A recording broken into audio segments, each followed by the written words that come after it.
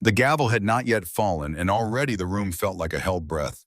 Nora Hatch sat at the back of the Cascade County Annex building on a wooden bench that had been worn smooth by decades of strangers, her spine straight, her hands folded in her lap, her eyes doing what they had been trained to do for 22 years in Army intelligence, reading the room before the room could read her. She was 47 years old, though the silver threading through her dark hair made most people guess older, and she had learned long ago that being underestimated was its own kind of armor. Ash sat beside her on the floor.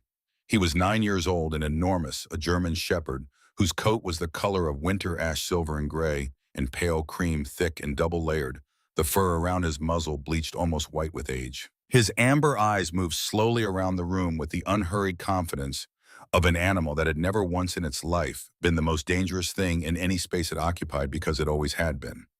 He did not fidget, he did not pant. He simply watched his broad head turning in small, precise increments, cataloging every person the way Nora had taught him, to the way she herself could not stop doing even when she desperately wanted to. The Cascade County auction had already moved through 9 properties that morning. A foreclosed ranch truck, a set of commercial kitchen equipment, a bungalow on the edge of Millhaven with a collapsed porch and a title dispute that had dragged through the county courts for 6 years. For each lot, the room had performed its usual ritual, a flutter of raised hands, brief competitive tension, the crack of the gavel, the shuffle of papers. People had laughed softly. A few had clapped. The whole thing had the comfortable rhythm of a weekly farmer's market. That rhythm ended when the auctioneer, a heavy-set man named Colson, with bifocals, he was constantly adjusting, cleared his throat and looked down at his clipboard with an expression that suggested he would rather be somewhere else. Lot 14, he said, and his voice had shifted, not dramatically but enough. The warmth had drained out of it the way warmth drains from a room when someone opens a door to the cold. Parcel known locally as the Harmon property. 160 acres in the northwestern foothills, single-structure cabin, one well status unknown. Sold as is where is title conveyed by tax delinquency. He paused. 15 years of unpaid property taxes. 15 years. The number landed in the room like a stone dropped into still water. Every conversation stopped. The man 2 rows ahead of Nora, a rancher in a canvas jacket, who had been enthusiastically bidding on 3 previous lots, turned and looked at her. Not suspiciously, not angrily. The way a person looks at someone standing too close to the edge of something. Nora had done her research. She knew exactly what she was sitting in front of. She also knew that the man in the 3rd row, the one in the pressed gray jacket, who had arrived 15 minutes before the auction started and had not bid on a single lot, who had spent the entire morning with a small leather notebook open on his knee, whose eyes had lifted and found her face the moment Colson announced Lot 14 was not here to buy anything. He was here because someone had sent him to find out who would. She raised her hand. $500. The gray jacket man wrote something in his notebook. He did not look surprised. He wrote slowly and deliberately, and when he was done, he took out his phone and typed a brief message and pressed send. Then he folded his notebook, closed, stood up quietly, and walked out of the room before the gavel fell. Nora watched him go. Ash watched him go too, his ears tracking the man's footsteps until the sound of the door had settled back into silence. Sold, Colson said with the tone of a man closing a chapter he was relieved to be done with. To the woman in the back, $500. The room exhaled. The whispers came in small clusters like dry leaves disturbed by a passing boot. Nora heard fragments as she walked to the front to sign the paperwork. Words like trouble, like that place, like doesn't know what she's walking into. The county clerk who processed her payment was a young woman with careful, neutral eyes, who slid the deed across the counter without comment, the way you might slide a document across to someone you were sorry for but could not help. Outside, the Montana air hit Nora like cold water, clean and sharp and indifferent to human concerns. She stood on the steps of the annex building with the deed folded in the interior pocket of her jacket and let herself breathe it in. Ash pressed against her left leg. She put her hand on his head without looking down. She had come to Montana seeking something that had no proper name. Not peace exactly, not escape though the word had crossed her mind. Something more like distance from the version of herself that existed in the places that knew her history, the version that slept badly and startled at certain sounds, and sometimes sat in the parking lots of grocery stores for 20 minutes before she could make herself go inside. Montana had seemed far enough from all of that. The Harmon property had seemed even farther. She had not expected the gray jacket man. She had not expected the way the room had gone quiet at the mention of the land's name. But she had been in situations before where the thing that frightened everyone else was precisely the thing worth walking toward. It was in some ways the only skill she had ever truly mastered. "Come on," she said to Ash. He fell into step beside her, his tail moving in a slow and steady rhythm, back and forth, unhurried like a metronome set to the pace of something that had nowhere to be but here.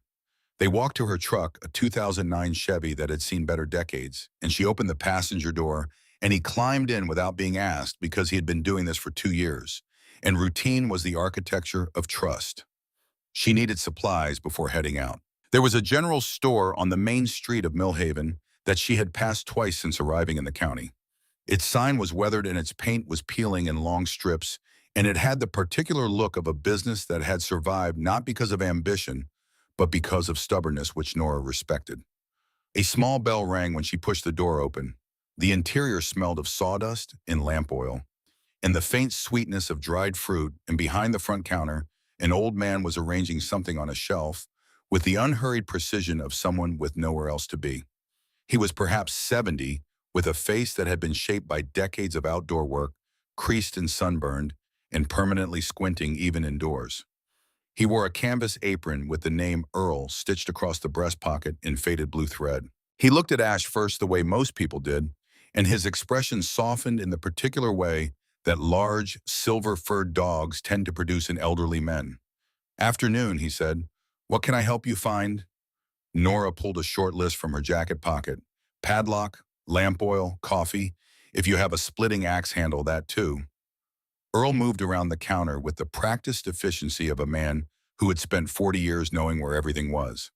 While he gathered the items, he studied her the way small-town proprietors had studied strangers since the beginning of commerce, openly, but without hostility, with the simple directness of someone who had long ago decided that courtesy and curiosity were not in conflict. "You're the one who bought the Harmon place," he said. It was not a question. "News travels. Fast as cold in January." He set the padlock on the counter. "You mind if an old man says something he probably shouldn't?" Nora looked at him. "Go ahead." Earl leaned against the counter, his weight settling into it the way old men settle into furniture comfortably without apology. "That land belonged to a fellow named Dale Harmon. Came out here from Chicago about 16 years ago. Sharp man, quiet but sharp, the kind that listens more than he talks. He was a journalist, the real kind, the kind that actually goes looking for things people don't want found." He paused, choosing his next words carefully. "He'd been digging into Gale Corp. That's Warren Gale's mining outfit, been buying up land through this whole valley for going on 20 years now. Harmon was asking questions about how they were acquiring it, about what they were doing with the water rights. And then he disappeared," Nora said. Earl looked at her steadily. "And then he disappeared. Truck still in the yard, coat still on the hook. Just gone like smoke. No family out here to push on the county about it. The property taxes just piled up year after year because there was nobody to pay them. And every time Gale Corp tried to get the land through legal maneuvers, the county laws wouldn't allow it. Tax foreclosure has to go to public auction. No exceptions. So it just sat. And people started saying it was haunted." Earl was quiet for a moment.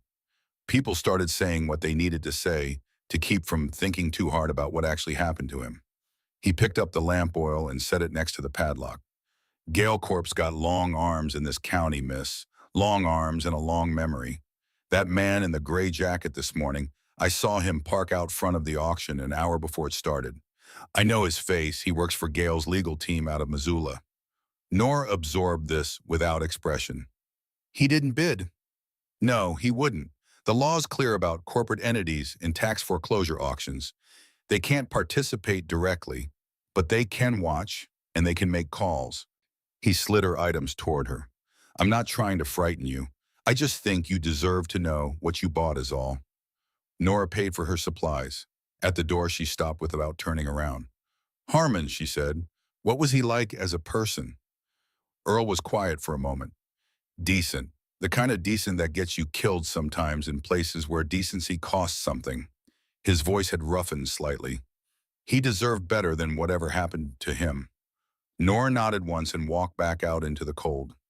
The drive from Millhaven into the foothills took 40 minutes on paved road and then dissolved into gravel, the gravel into packed dirt, the packed dirt into two ruts pressed into the earth by tires that had not passed this way in a very long time. The landscape opened up around them as they climbed rolling hills, giving way to the granite shoulders of the Rockies, the sky enormous and pale blue, and featureless in the way of November skies that are gathering something. Ash had his nose at the gap in the passenger window, his eyes half closed against the cold air, reading the world in layers that Nora would never have access to. She had come to think of this as one of the more honest facts about the two of them, that he perceived things she could not, and trusted her judgment about things he could not perceive. And between the two of them, they had managed to navigate the past 2 years without catastrophe. 2 years ago, she had been in a white-walled room at the Veterans Affairs Rehabilitation Center in Colorado Springs, sitting in a chair that was too soft, talking to a counselor whose name she had already forgotten, 3 weeks out of a mission in northern Iraq that had killed 2 members of her team and left her with injuries that were mostly invisible. The visible ones had healed quickly. The others were more patient. Ash had come to her on a Tuesday in February. He had been let in by a trainer named Werner, who wore orthopedic shoes and had the gentle, businesslike manner of someone accustomed to transferring enormous responsibility between humans and animals as a matter of routine. Ash had walked directly to Nora's chair, sat down beside it, and looked up at her with amber eyes that contained nothing she could name, but that she recognized nonetheless. Werner had explained what Ash was trained to do, detect changes in Nora's physiological state that preceded an episode of acute anxiety or dissociation, respond with grounding pressure, create physical interruption between her and the moment when her nervous system decided the threat was still happening. He had said it in clinical language that made it sound orderly and manageable. What it actually looked like in the weeks that followed was this: Nora waking at 3 in the morning with her heart hammering and the room dissolving into something else, and Ash already there, his weight across her legs, his head tilted toward her face, his amber eyes steady and close and present. Not alarmed, not urgent, simply there in the way that mattered most completely and without condition. She had not told anyone that Ash was the reason she was still trying. It felt like a private thing, the kind of truth that loses something when spoken aloud. But it was the truth, and she knew it, and she suspected Ash knew it too, in whatever way dogs know things, which is to say completely and without language. The turnoff for the Harmon property was marked by 2 fence posts listing in opposite directions, the wire between them long since collapsed into the grass. The access trail was overgrown but recognizable, and as Nora navigated the truck slowly along it, she began to notice things that she recognized not from wilderness, but from something else. A pine log fallen across the path at the sharpest bend, too perfectly positioned to have arrived there accidentally. A thicket of dense brush forcing the trail dangerously close to a drainage ditch, the kind of obstacle that would stop an unfamiliar driver cold. Not neglect, design. Someone had spent time ensuring that the casual visitor would turn back. Nora did not turn back. The trail opened into a clearing after 10 minutes of careful driving, and there it was. The cabin was small and dark and old, built from logs that had been cut when the trees in this valley were bigger and the men who felled them more confident about permanence. The chinking between the logs had crumbled and fallen away in places, leaving thin gaps through which the wind spoke in a constant low whisper. The porch sagged on the left side, one of its support posts tilted outward like a man who has had too much to drink. The stone chimney that rose from the center of the roof was coated in moss, gray-green and patient. The windows were dark with grime. It looked like a place that had given up. It looked like a place that had been waiting. Nora killed the engine and sat for a moment. The silence after the truck's rumble was absolute, not the silence of emptiness, but the deeper silence of a place that has been holding its breath for a long time. She and Ash got out. The air was sharp with pine and damp earth and the metallic edge of coming snow. Ash moved ahead of her toward the cabin, nose low, then high, then low again, reading the clearing's accumulated history in a language she would never learn. "Well," she said quietly, "here we are." Ash glanced back at her. His tail moved once. The porch groaned under her boots but held. The front door was unlocked, had probably been unlocked for 15 years since there was nothing inside worth protecting, or so the world had assumed. It swung inward on hinges that screamed at being asked to move, and Nora stepped into the dimness. The smell hit her first cold ash mouse work, and beneath it something older and earthier, the slow exhale of a building returning to the forest it had been taken from. Pale November light filtered through the dirty windows in thin columns, catching the dust her entrance had stirred. She stood still for a moment, letting her eyes adjust, letting the room present itself. It was a single large space, a wooden table with two chairs, a cast-iron bed frame stripped to its springs, a shelf with a few rusted cans, and on the far left wall, massive and unmissable, the fireplace, an enormous construction of river stones stacked from floor to ceiling, darkened by years of smoke. Its hearthstone a wide flat slab of slate gray, and on the table a ceramic mug, blue-rimmed, coated in dust. A book lying face down, its pages slightly curled, its spine cracked from being held open. On the peg beside the door, a wool coat, heavy, dark green, one pocket sagging with weight. A man had been reading. He had put his book down, and he had not come back. Nora moved through the room slowly, not touching anything, the way she had moved through countless spaces in her other life, reading the story the room was telling, looking for the place where it stopped making sense. She picked up the book, looked at its title, set it back down in the same position. She moved to the coat and slid her hand into the sagging pocket and pulled out what was there, a folded gas station receipt, an expired library card with a Chicago address and a small metal compass with a cracked face. She returned them all carefully to the pocket. Dale Harmon had not fled. He had stepped away. Behind her, Ash made a sound she had not heard him make in almost 2 years. She turned. He was standing in the center of the room, his body rigid in the way that meant every sense he had was focused on a single point. Not the restless tension of excitement or fear, something deeper and more specific, a trained response activating in the presence of its intended trigger. His ears were flat, his tail was low and still. His entire being was directed at the fireplace with an intensity that was almost devotional.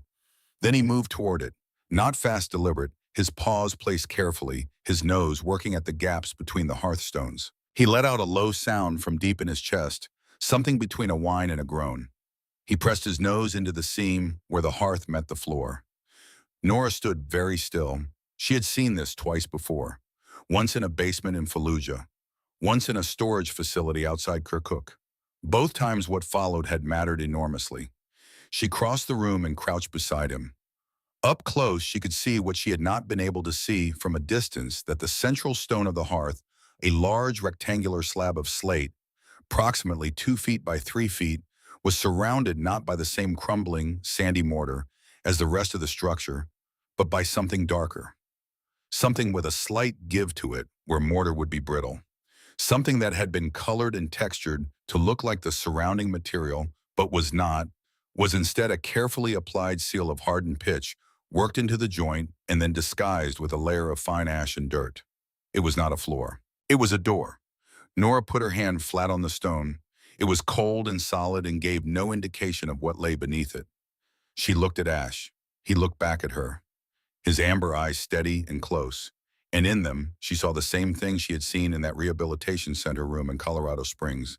Not alarm, not urgency, but the absolute certainty of a creature who knows what it has found and is waiting for the human to catch up. She went to her bag and found the crowbar she had bought at Earl's store, its weight cold and balanced in her hands. She worked the flat end into the seam she had scraped clean, repositioned, and pushed with both arms and her full body weight.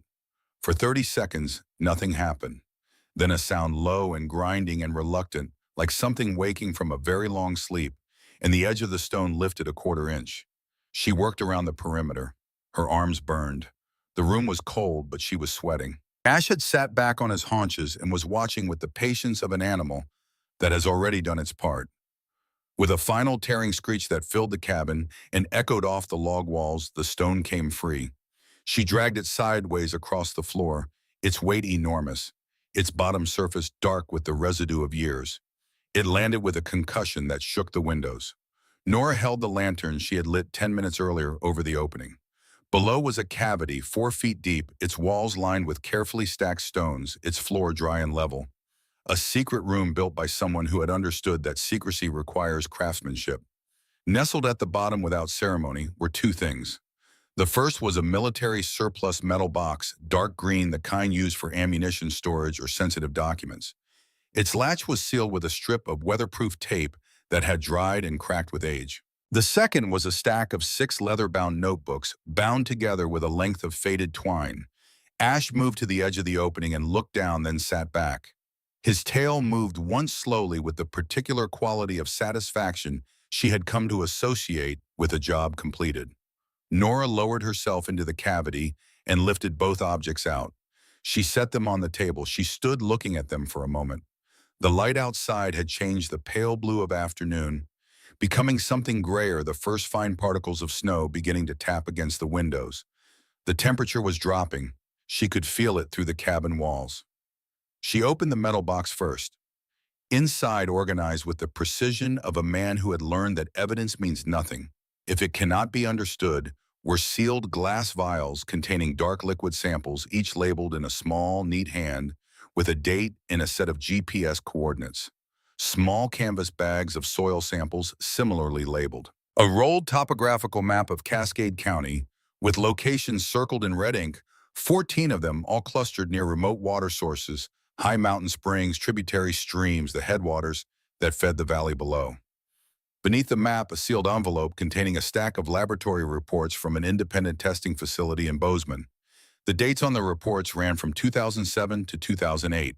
The numbers in the columns made Nora's throat tighten: arsenic levels, lead concentrations, industrial solvent, compounds, all of them registering at magnitudes that had no place in drinking water, in any water near any community that wanted its people to remain healthy. And at the very bottom of the box, held flat by the weight of everything above it, a small cassette recorder, the kind that had been common in the 1990s and early 2000s, compact and solid, with a tape already loaded in the chamber. The battery compartment cover had been sealed with the same weatherproof tape as the box latch. Nora found batteries in her bag. She peeled back the tape, loaded them, pressed play. There was a moment of hiss, then a voicemail, mid-40s, controlled but not entirely calm, the voice of a man who has rehearsed what he wants to say and is delivering it anyway under conditions that are not rehearsal. If you're hearing this, then I'm gone. I don't know how it happened, but I know it was coming, and I know why. My name is Dale Harmon. I was an investigative journalist. Past tense feels right. I came to Cascade County in 2007 to follow a story about Gale Corp's land acquisition practices. What I found was something larger than land. A pause. The sound of wind outside his wind, 15 years gone. Gale Corp has been disposing of industrial mining byproduct into 14 watershed sites across the northern foothills of this county for at least a decade. The contamination levels I've documented are catastrophic. These aren't marginal violations. This is a systematic poisoning of the water supply for multiple communities downstream. I have sample data, laboratory confirmation, and a complete survey map. It's all in the box. Another pause. Longer. The reason no one has acted on this is straightforward. Sheriff Vance Pruitt of Cascade County has received direct payments from Gale Corp's parent operation for over 8 years. He is aware of the disposal sites. He has actively suppressed at least 2 previous attempts to report the contamination to state regulators.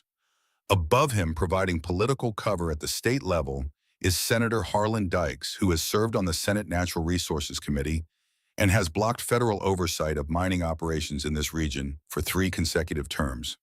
The voice steadied.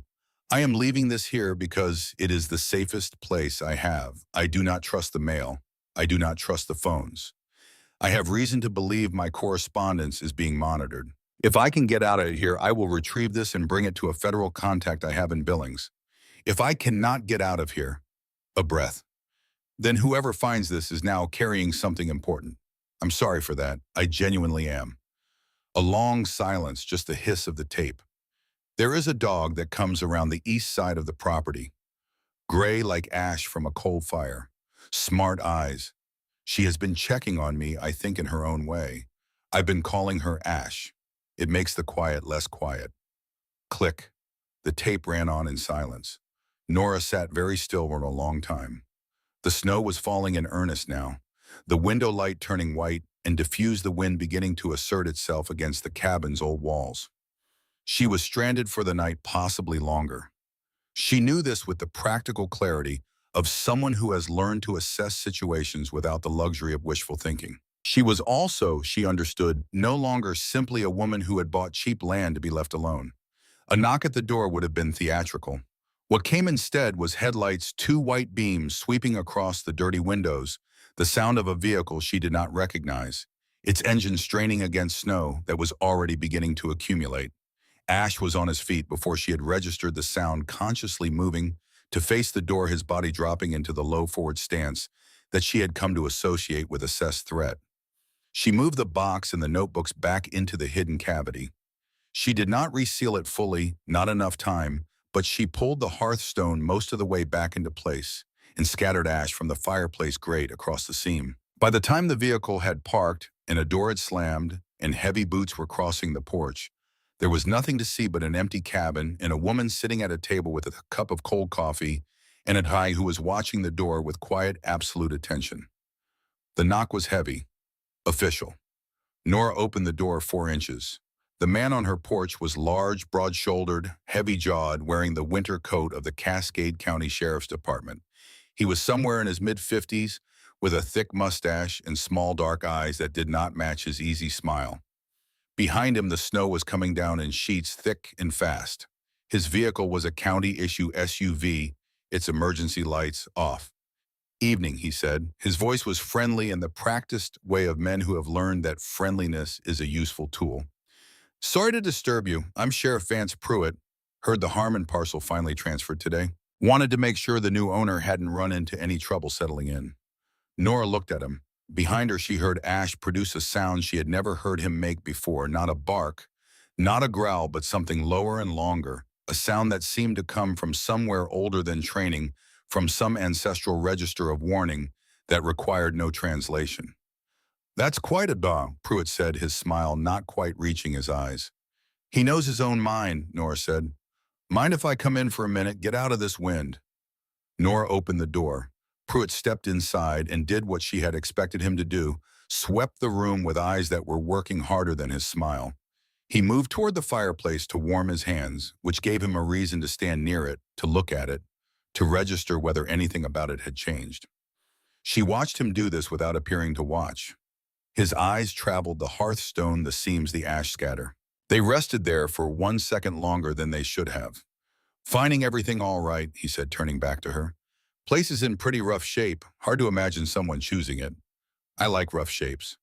He smiled again. "You find anything unusual out here? Old properties like this, people sometimes leave things behind." It was a direct question, wearing casual clothes, and they both knew it. "Nothing but dust and cold air," Nora said, "which is more or less what I paid for." Pruitt looked at her for a moment, and in that moment, the friendliness became something thinner. Not hostile, not threatening, simply more honest. He nodded slowly, the way a man nods when he is recalibrating. "Well, storm's supposed to run through tomorrow at least. Be careful out here." He moved toward the door, pausing with his hand on the frame. "This land has a history.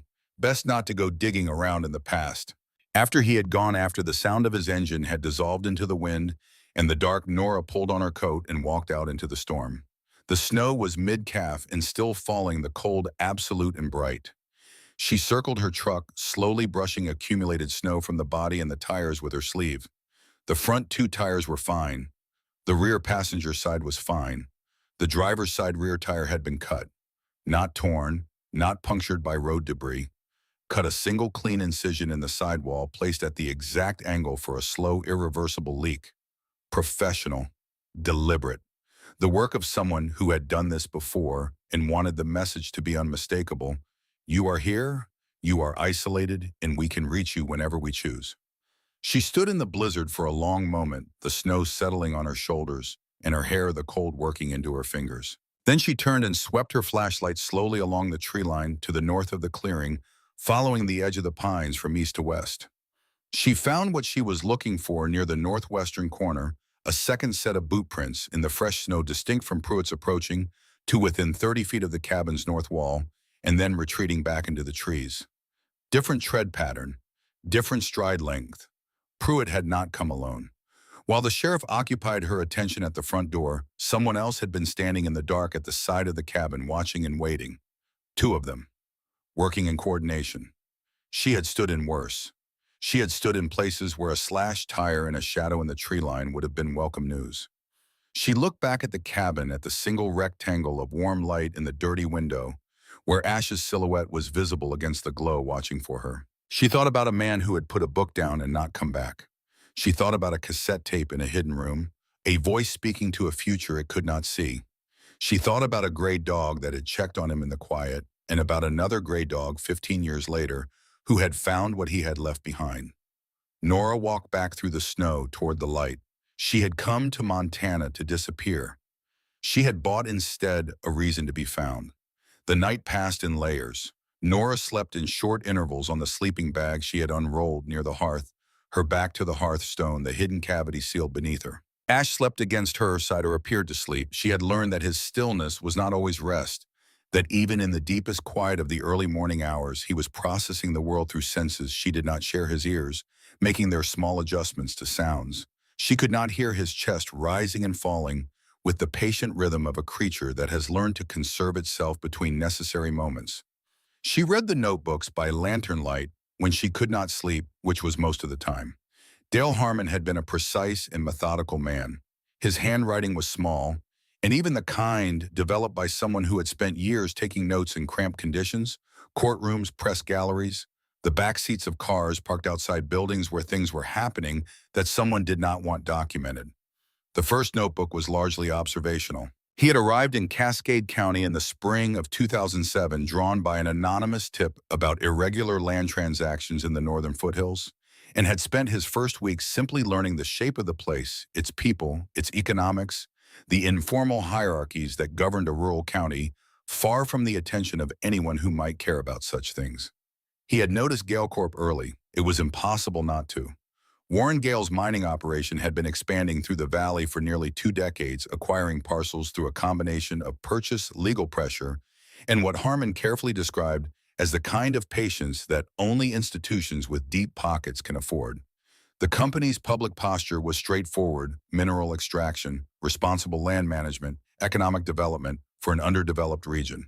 The county commissioners had welcomed them. The local paper had praised them. The tax base had appreciated them. Harmon had started asking about the water. He had grown up in a small town in southern Illinois where a chemical plant had operated for 30 years before anyone acknowledged what it was doing to the aquifer.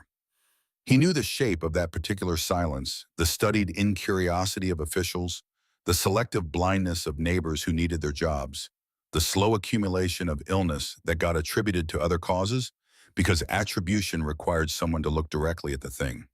He recognized the silence in Cascade County the way you recognize a face you have seen before in a different context, not immediately, but with the growing certainty of someone whose memory is working correctly.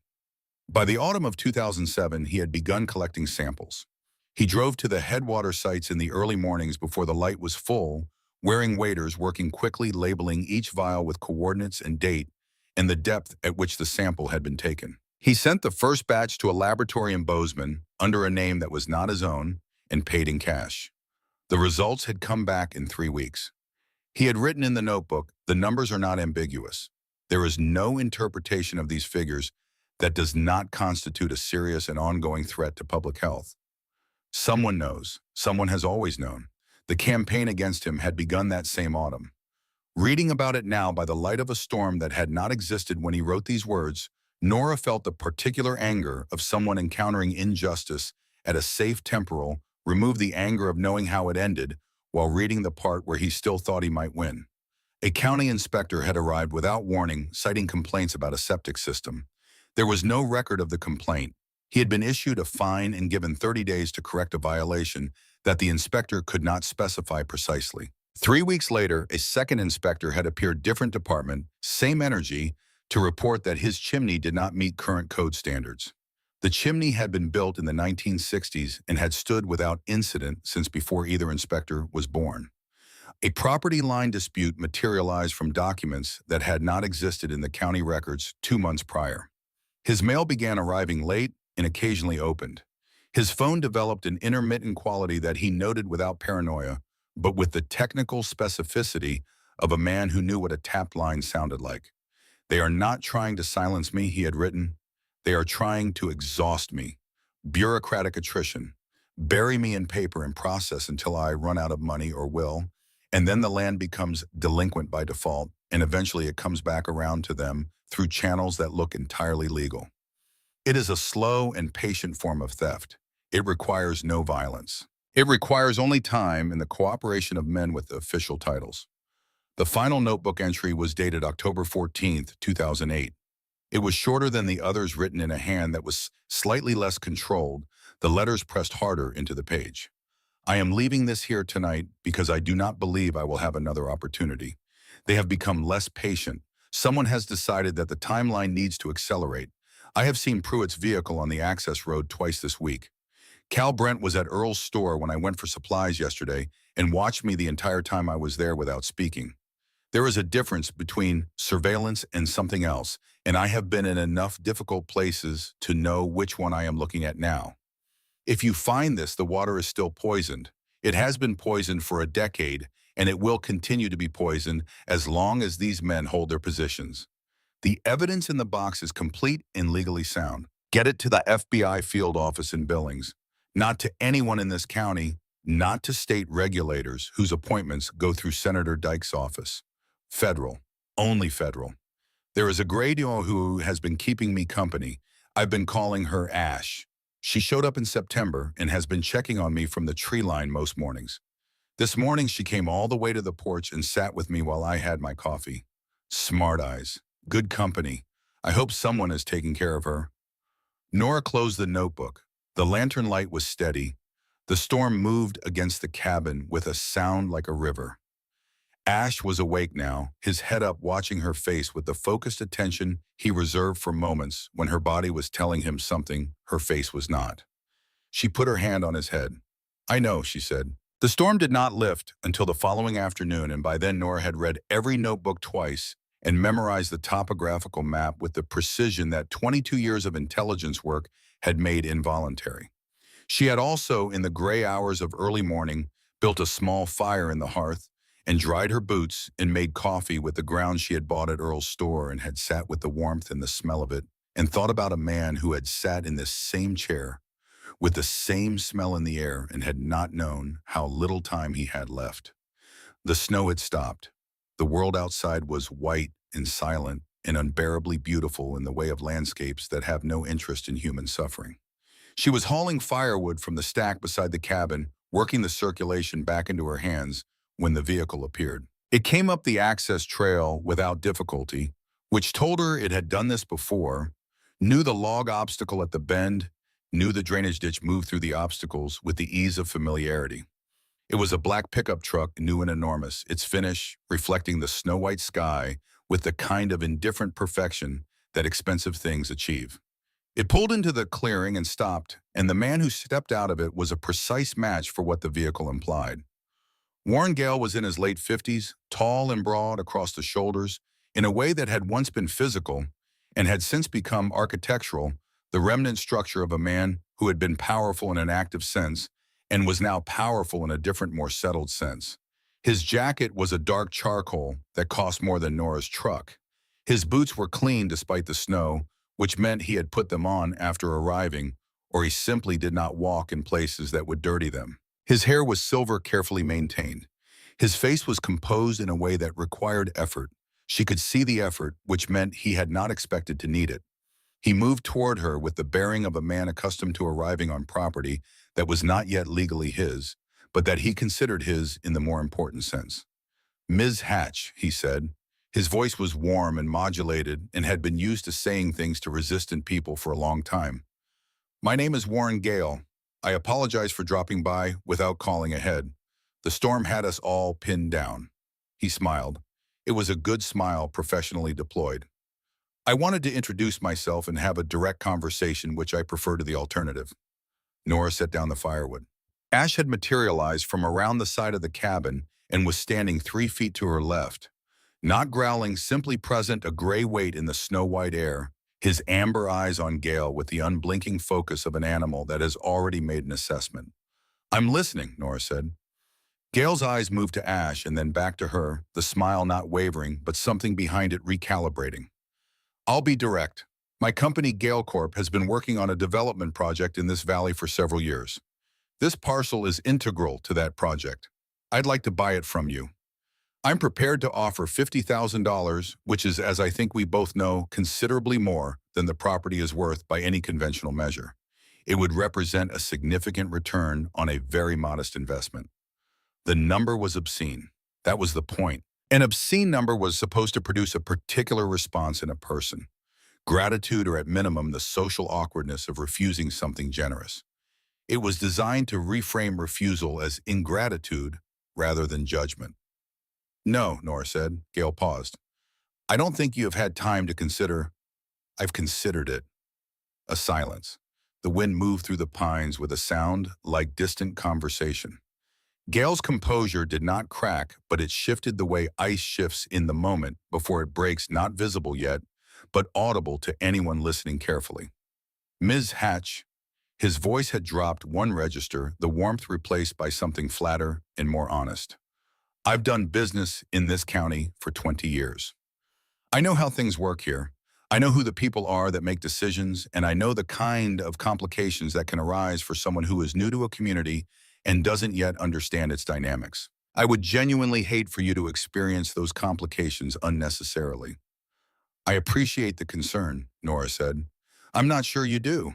He held her gaze for a moment, and in it, she saw the man beneath the jacket and the smile someone who had calculated this conversation in advance and was now recalibrating because it had not gone according to the calculation.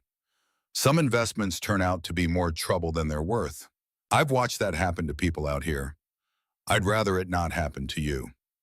He turned without further ceremony, walked back to his truck, and left. The black vehicle moved through the clearing and back down the access trail, and then there was only the sound of the wind and the creak of the cabin and Ash, who was staring at the space where the truck had been, with a low sound in his chest, not trained threat response, not standard alert behavior, but something older and more certain, the way an animal sounds when it recognizes a predator by something other than sight. Nora looked down at him. "I know," she said again. She went inside and opened the fourth notebook to the page she had marked. She had read the passage 3 times already, but she read it again now in the flat afternoon light, with Gale's threat still sitting in the air of the cabin. October 3rd. The gray dog came back to the porch again this morning.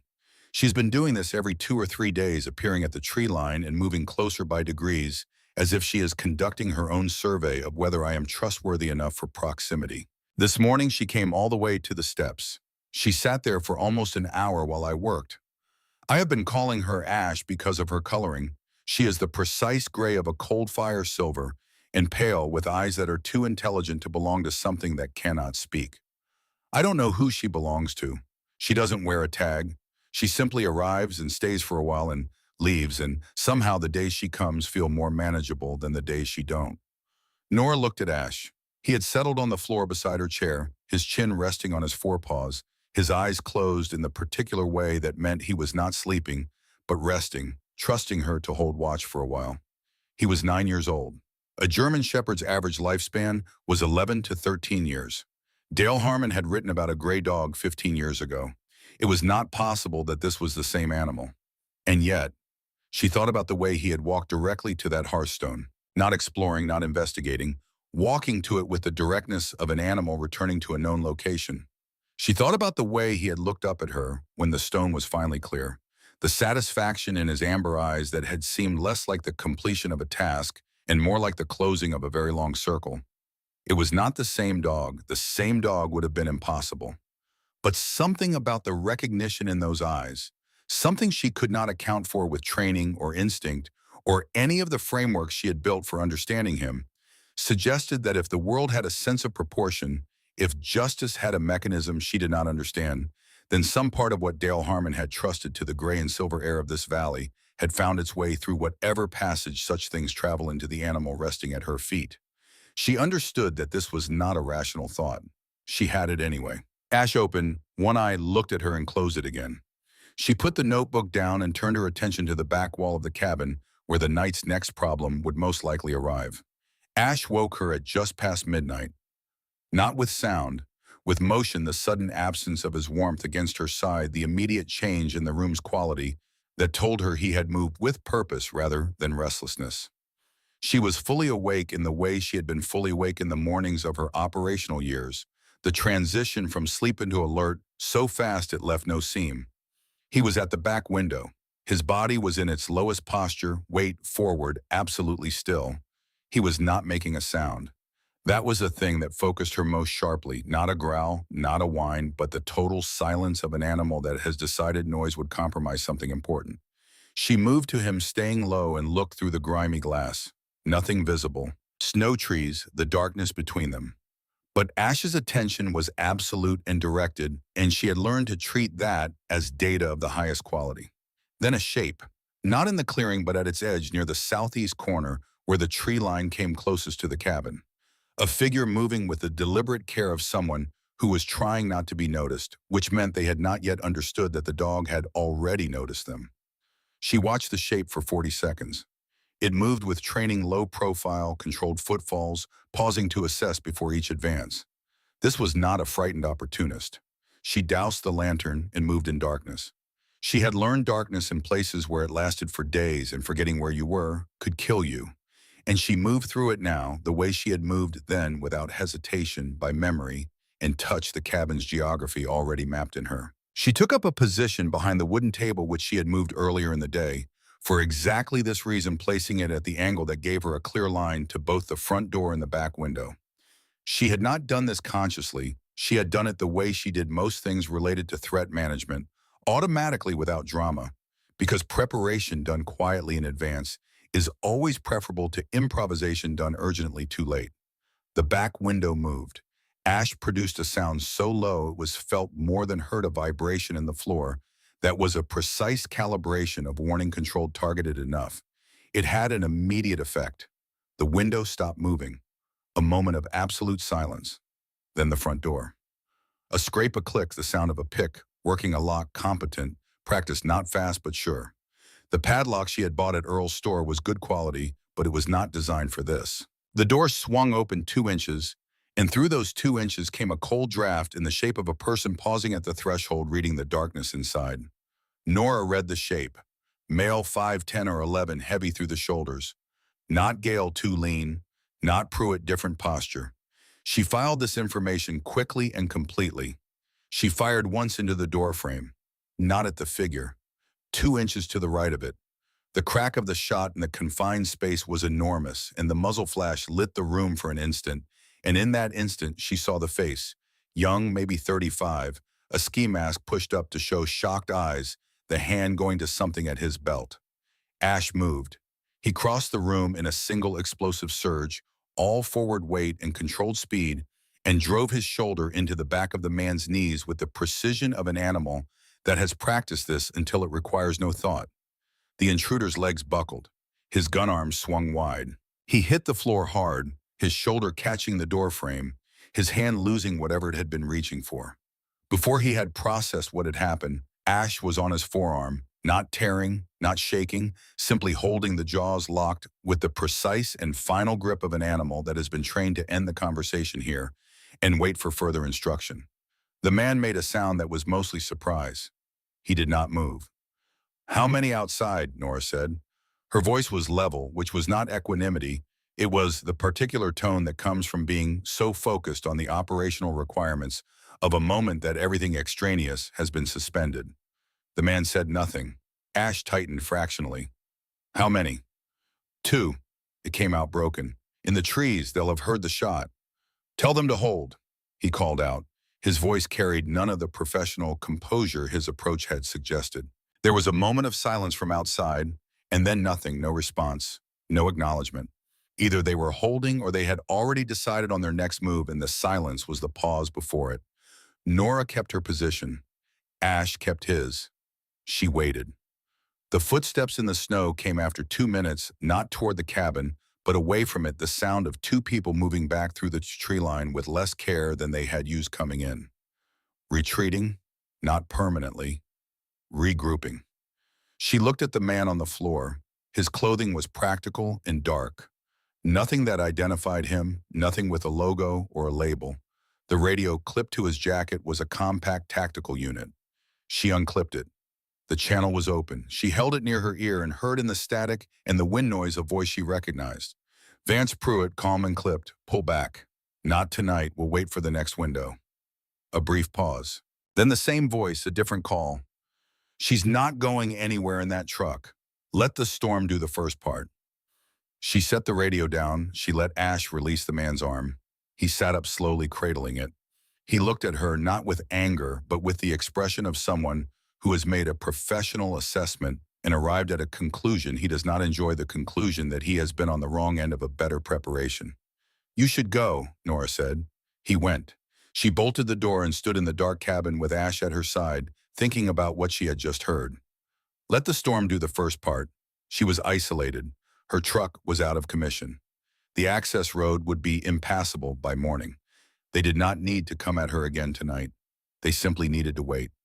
She had perhaps 6 hours before the next storm made movement impossible. She spent the next 40 minutes in focused, deliberate work, using the small camera on a backup phone she had kept in her bag, not a connected device, just a camera, documenting every page of every notebook, every sample label, every section of the topographical map, every page of the laboratory reports.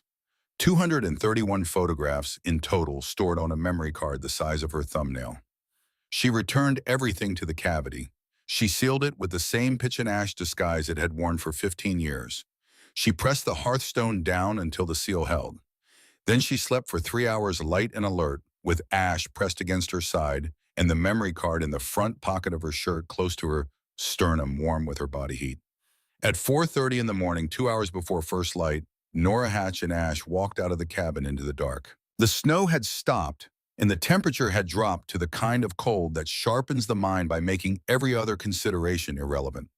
The stars were extraordinary, that particular brilliance of high-altitude winter nights, when the air is too cold to hold moisture, and the sky is simply the sky, enormous and indifferent and beautiful. She moved through the snow without lights, using starlight, and the map she had memorized following the tree line east rather than the access trail, covering 3 miles of backcountry before she reached the fire road she had identified on the county parcel map. Ash moved with her in perfect silence, his feet finding purchase in the snow with the sureness of an animal that had been born for difficult terrain. He did not question the direction or the pace. He simply went where she went, and when she paused to listen, he paused, and when she moved, he moved, and the two of them made their way through the cold and the dark together with the wordless coordination of a partnership that had been tested and found sufficient. She reached the fire road at 6 in the morning. A passing timber operation truck stopped for her 45 minutes later. A man in his 60s named Frank, who asked no questions, took one long look at Ash, said nice dog, and drove her to the edge of Millhaven without another word. People who work in the mountains before dawn are not generally people who ask unnecessary questions. She appreciated this about them. In Millhaven, she borrowed the phone of a diner owner who had opened for the breakfast shift, a woman of perhaps 60, who took one look at Nora's face and the dog at her heels and pointed at the phone behind the counter without being asked. Nora called a number she had not dialed in almost 2 years. It rang 3 times. Calloway. The voice was clipped and immediately awake. Reed, it's Nora Hatch. A beat of silence. Nora, where are you calling from? A diner in Millhaven, Montana. Someone else's phone. I don't have much time. She delivered it with the compression of someone who has spent years conveying essential information in minimum time. She told him what she had found, the contamination sites, the water samples, the laboratory data, the names, the structure of the corruption from Pruitt through Dykes. She told him she was sending photographs of the complete documentation to his secure address. This is federal-level material, Reed said. He was already typing. She could hear it. I know. FBI field office in Billings. Not state, not county, not anyone whose appointment chain runs through Dykes. I need you to be the one to make that call because I don't know where I'll be in the next 12 hours. I can do that. A pause. Nora, how much trouble are you in? She looked at Ash, who was sitting beside the counter watching the diner owner fry eggs with the polite attention of an animal who has learned that Kitchens sometimes produce ancillary benefits, the kind that gets worse before it gets better. Then give me a window. If I don't hear from you by 6 tomorrow morning, I make the call and give them everything. Agreed. She thought about Dale Harmon, about a final notebook entry written in a hand pressing harder than usual into the page. About a man who had not had a window, had not had someone on the outside holding a line back to the world. Agreed, she said. 6 a.m. Mountain Time. She uploaded all 231 photographs through the diner's computer using the encrypted transfer service she had maintained for years. It took 11 minutes. She watched the progress bar with the specific patience of someone for whom 11 minutes has occasionally been a very long time. When it was done, she paid for 2 cups of coffee with cash, gave one to the diner owner with a nod of genuine gratitude, and walked back out into the gray Montana morning. She had 14 hours. The second storm was already building on the northern horizon, a wall of dark cloud moving with the unhurried certainty of something that did not need to hurry. Nora stood on the main street of Millhaven with her coffee and her dog and looked at those clouds, and she did the calculation that soldiers do, the one that weighs what you have against what is coming and decides what you are willing to spend and commits. But before she turned back toward the mountains, she had one thing left to do. She bought a second prepaid phone from a convenience store 2 blocks from the diner, activated it in the parking lot, and pulled up the county sheriff's department website. She wrote down the direct number for the substation duty sergeant, not Pruitt's line, not the main dispatch, but the administrative line that rolled to whoever was sitting the morning desk. She did not call it, not yet. She needed to confirm something first.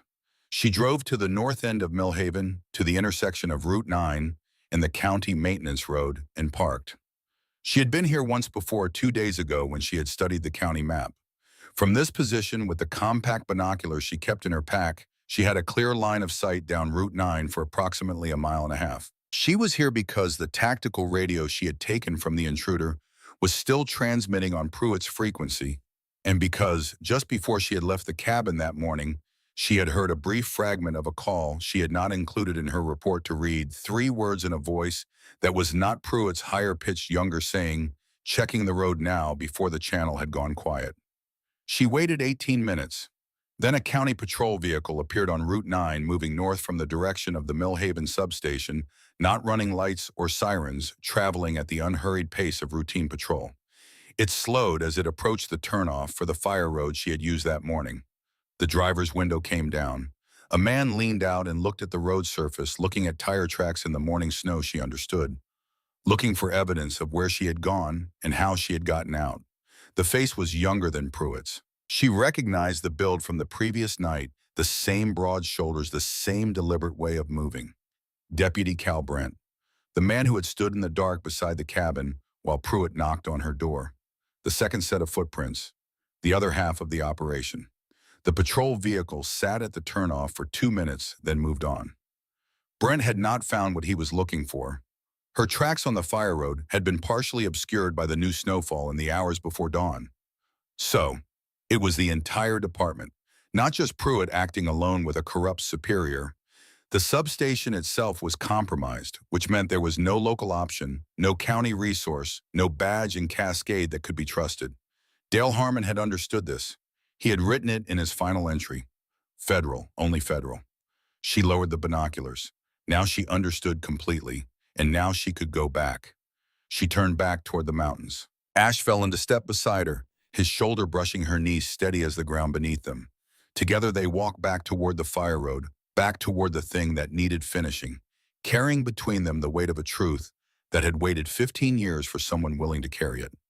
She came back to the cabin the way she had left it, through the trees, following the eastern approach, staying below the ridge where the wind would carry her scent away from the clearing rather than into it. The afternoon light was already failing the sky, pressing down in layers of gray and darker gray, the second storm announcing itself not with wind, yet, but with the particular stillness that precedes serious weather, the way a room goes quiet before someone says something that cannot be unsaid. Ash moved ahead of her through the snow, his head low and his ears working, reading the clearing before she entered it. He paused at the tree line and stood without moving for 30 seconds. Then his tail moved once clear, deliberate, and he stepped out into the open. Nothing had been disturbed. The cabin sat as she had left it, She checked the small tells. She had placed a thread across the door hinge, a scatter of ash on the porch step, a stone at a precise angle against the base of the firewood stack, and found them undisturbed. They had not come back yet. They were waiting for the storm. She had approximately 11 hours. Inside, she rebuilt the fire with the efficiency of someone who understands that warmth is not comfort, but capability. She ate from her provisions methodically without appetite. She gave Ash his portion, and he ate in the same spirit quickly and completely, then moved to the window and looked out at the fading light with an attention already shifting from rest to readiness. She reinforced the cabin with what she had. The front door braced with the table and chairs. The back window sealed with planks from the side porch. 3 of them nailed across the frame, not enough to stop entry, but enough to slow it, and slowness was its own advantage. She positioned the cast-iron bed frame against the side wall and lay her rifle across it. She checked her ammunition. She set the tactical radio where she could hear it. It had been silent since she returned. That silence was information. They knew she was back. They were letting her settle in, letting her believe the night might be quiet, which meant it would be the opposite. She turned to Ash. "You know what's coming," she said. He looked at her with his amber eyes steady and present, and she thought about a cassette tape in a military box and a man who had sat in the same room and had understood too late that the patience of his enemies was longer than his ability to wait them out. The difference between Dale Harmon and Nora Hatch was not courage. The difference was 14 hours and a phone call made before the siege began rather than after it. Reed had the material. The deadline was set. Whatever happened tonight, the truth was already outside this valley. All she had to do was survive until morning.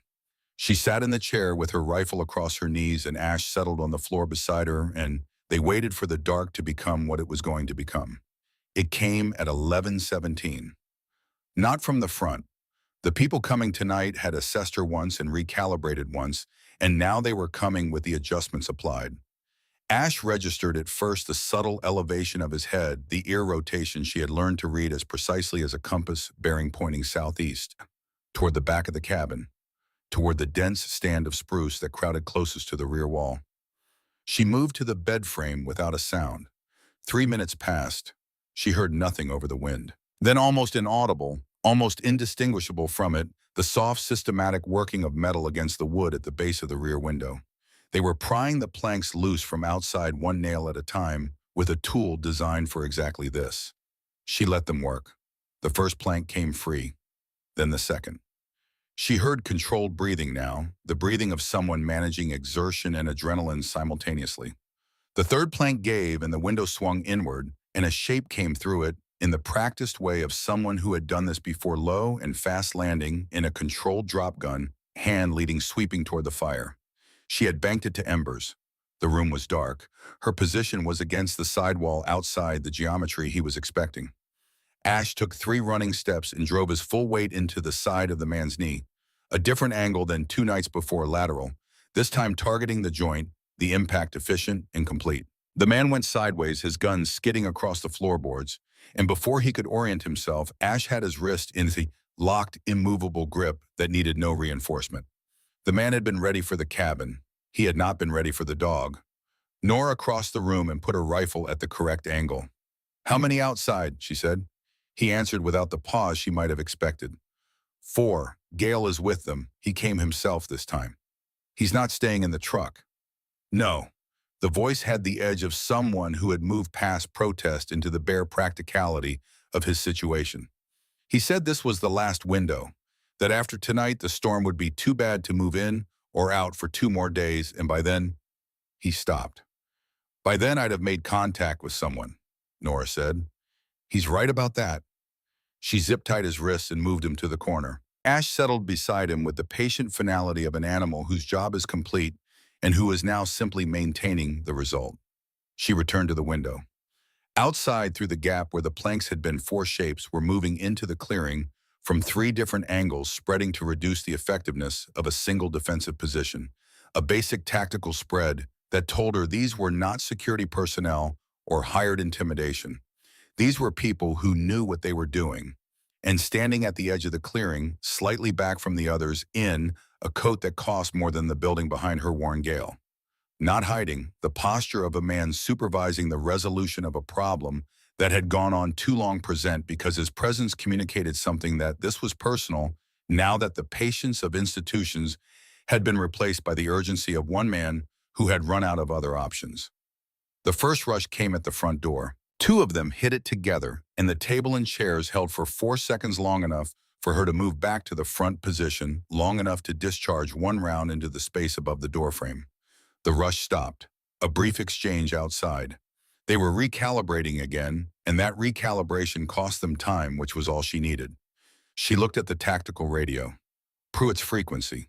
She turned it to transmit for 5 seconds, long enough to confirm her position to anyone monitoring, short enough to deny them anything useful. Let them know she had it. Let them factor that into whatever they were calculating. The next attack was different. Not the door, not the window. From the foundation scraping against the east wall logs, a heavy thud, and then the smell arrived before she understood it. Sharp, chemical. The particular sting of accelerant. She had 4 seconds. She grabbed her pack, the radio confirmed the memory card was still in her shirt pocket. She crossed to Ash. Out, she said. He left the man in the corner without hesitation and was at her side before she reached the door. The east wall went up with the sound she had heard in other places, in other circumstances, a deep percussive whump of rapid combustion, the fire taking the dry logs with the enthusiasm of something that has been waiting. Heat rolled toward her in a wave. Smoke dropped from the ceiling in a curtain. She hit the front door with her shoulder, the table and chairs scattering, and went through it into the cold air and the orange light and the guns. 3 of them in a loose arc positioned for exactly this exit. Behind them at the clearing's edge, Warren Gale.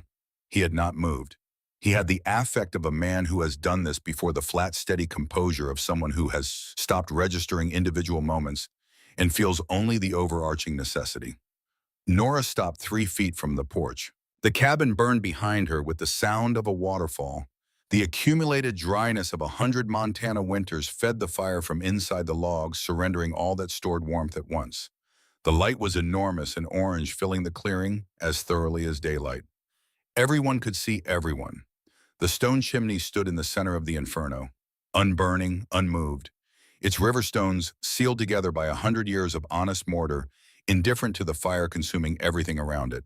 The hearthstone at its base, sealed with pitch and ash, holding its secret for 15 years, was buried under the burning structure, untouched, as cold and solid and intact as the earth beneath the snow.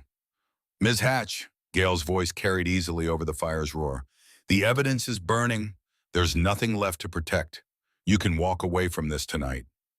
Nora looked at the 3 men between her and him. She looked at Ash, who had moved slightly forward, placing himself in the space between her and the nearest operative with the deliberate positioning of an animal that understands geometry.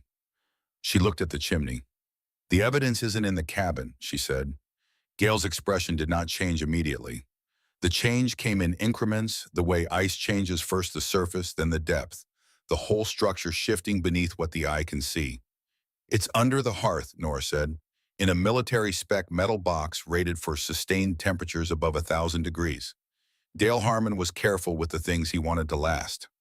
The silence between them had a specific quality, the silence of a man realizing that 30 years of careful work, of patient acquisition, and systemic corruption, and the kind of slow, bloodless violence that leaves no visible marks, has been outmaneuvered by a sealed metal box and a 9-year-old dog. The operative to Gale's right moved. Ash moved first, not at the man, at the snow between them, a low, fast trajectory that put his body in the path of the advance, and his voice, for the first time in 2 nights, produced the full sound of what he was capable of, a sound that stopped the operative as completely as a wall. The man looked down at Ash and made the correct calculation, which was that the dog would not stop. From the north, through the snow and the wind and the roar of the burning cabin, came a sound Nora had been counting toward for 14 hours. Rotors. The first helicopter came in low and fast over the tree line, its searchlight cutting the snow-filled air into columns of white.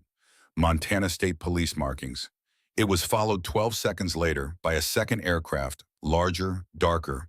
No visible markings, moving with the deliberate authority of a federal asset that does not need to announce itself because its presence is announcement enough. The amplified voice was calm and very loud. "This is the Federal Bureau of Investigation. All persons in the clearing, drop your weapons and put your hands above your head. You are surrounded. Compliance will be noted. The two operatives looked at their guns and looked at each other and then looked at Gale, and Gale looked at nothing or at everything, which at that moment amounted to the same thing. The calculation he was running had no viable output. 30 years of acquisitions and influences and favors and buried evidence, and none of it had anticipated a woman who bought a piece of land for $500 and a dick who knew where the truth was kept. The weapons went into the snow. Hands went up. From the far side of the cabin came sounds of a brief and one-sided confrontation as the tactical team from the larger helicopter made first contact with the fourth operative. Warren Gale stood with his hands raised in the orange light and did not speak.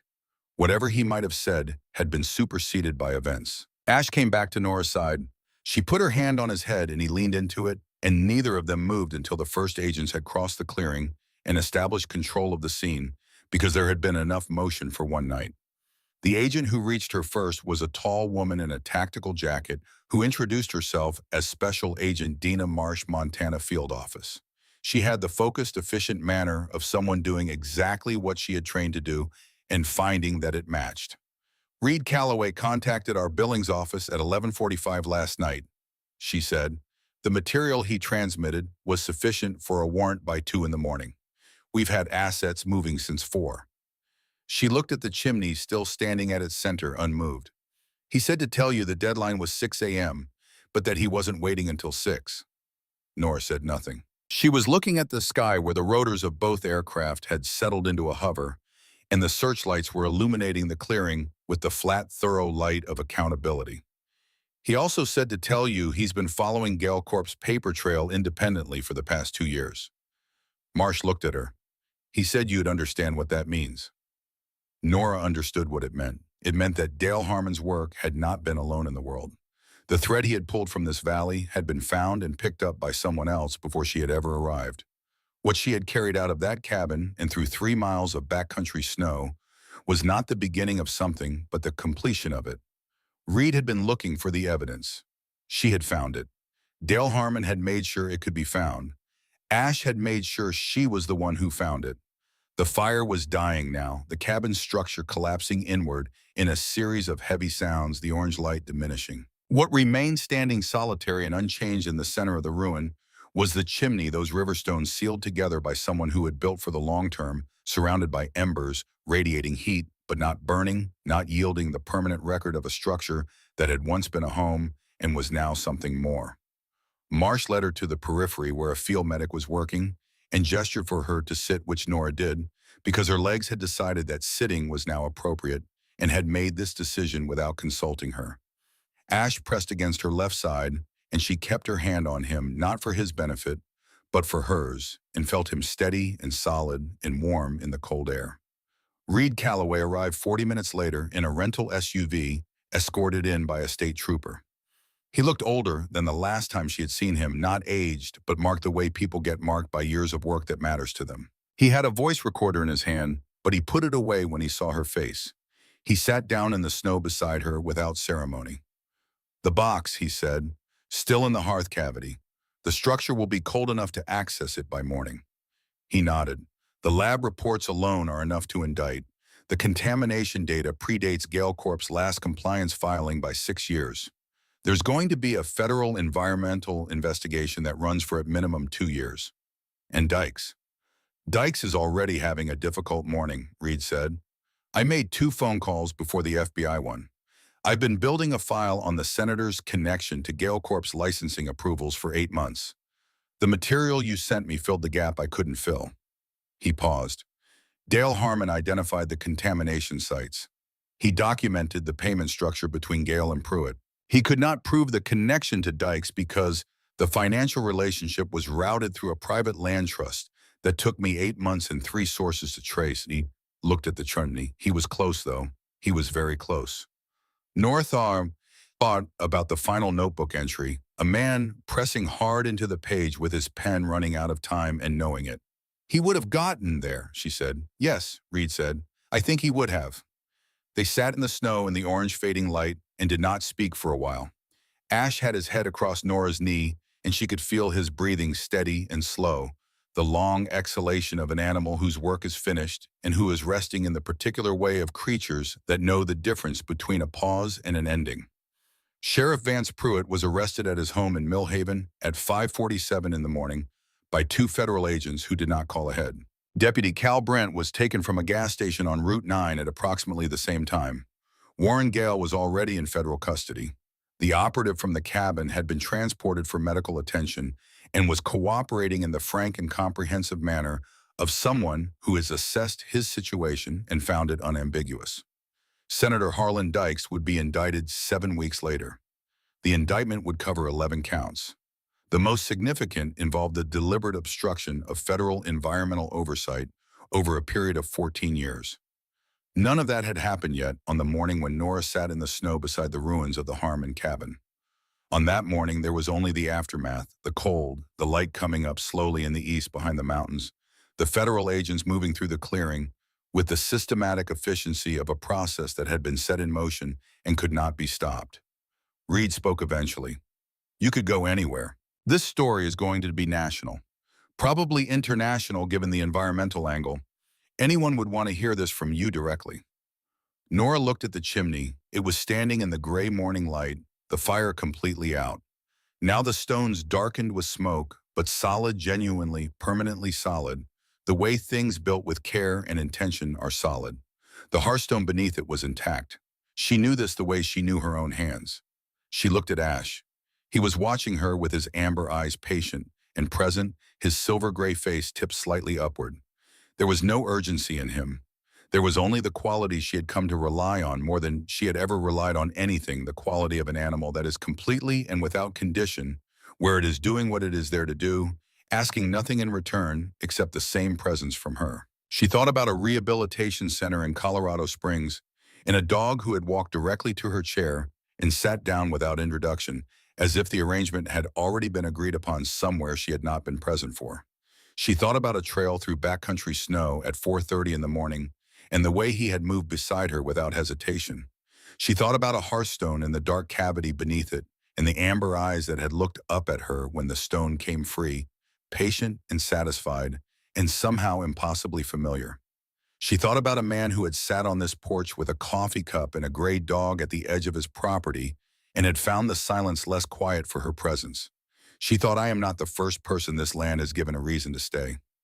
I'm staying, she said. Reed looked at her. I'm going to rebuild. She looked at the foundation logs, the ones the fire had not reached, the ones that had stood here since before either of them was born. The foundation is still good. The well is probably still good. The hearthstone is definitely still good. Reed was quiet for a moment. That's not what I expected you to say. No. It's also, he said slowly, exactly what I should have expected you to say. The sun came over the mountains as they sat there, moving in the specific way of winter sun, low and oblique, casting long shadows across the snow, lighting the top of the chimney first, and then spreading downward until the whole ruin was visible in the clear, cold morning light. The burned timber, the collapsed walls, the hearth standing at the center of it, like something that had been waiting for all along to be the only thing left. Agent Marsh appeared at the clearing's edge and gave Nora a nod, the shorthand of one professional to another that meant it's yours now. Nora stood. Her body registered the night in all the ways bodies register such things, and she noted it the way she noted most discomfort as information rather than complaint. She walked toward the ruins. Ash walked beside her, his paws finding the clear patches in the snow. With his usual sureness, his shoulder at the level of her knee, his warmth moving alongside her through the cold air. They reached the edge of the foundation and stood looking at what remained. The chimney, the hearth, the stones that a man she had never met had fitted together with a care that was ultimately the same as leaving a message about what endures, about what it costs to build something meant to last, about the difference between what can be burned and what cannot. She thought about what he had been trying to protect and why, and the patience it had required to believe that the truth, if you kept it safe enough, would eventually find the person willing to carry it out. He was right. She put her hand on the chimney stones. They were warm from the fire's last hours, radiating a slow and gentle heat into the cold morning, and she stood with her palm flat against them for a long moment.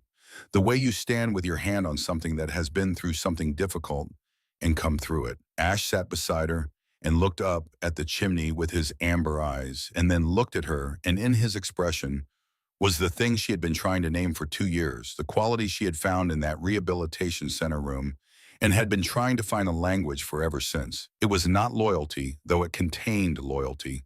It was not love, though it contained love. It was something simpler and more fundamental than either of those words. It was presence, complete, unconditional, and without end.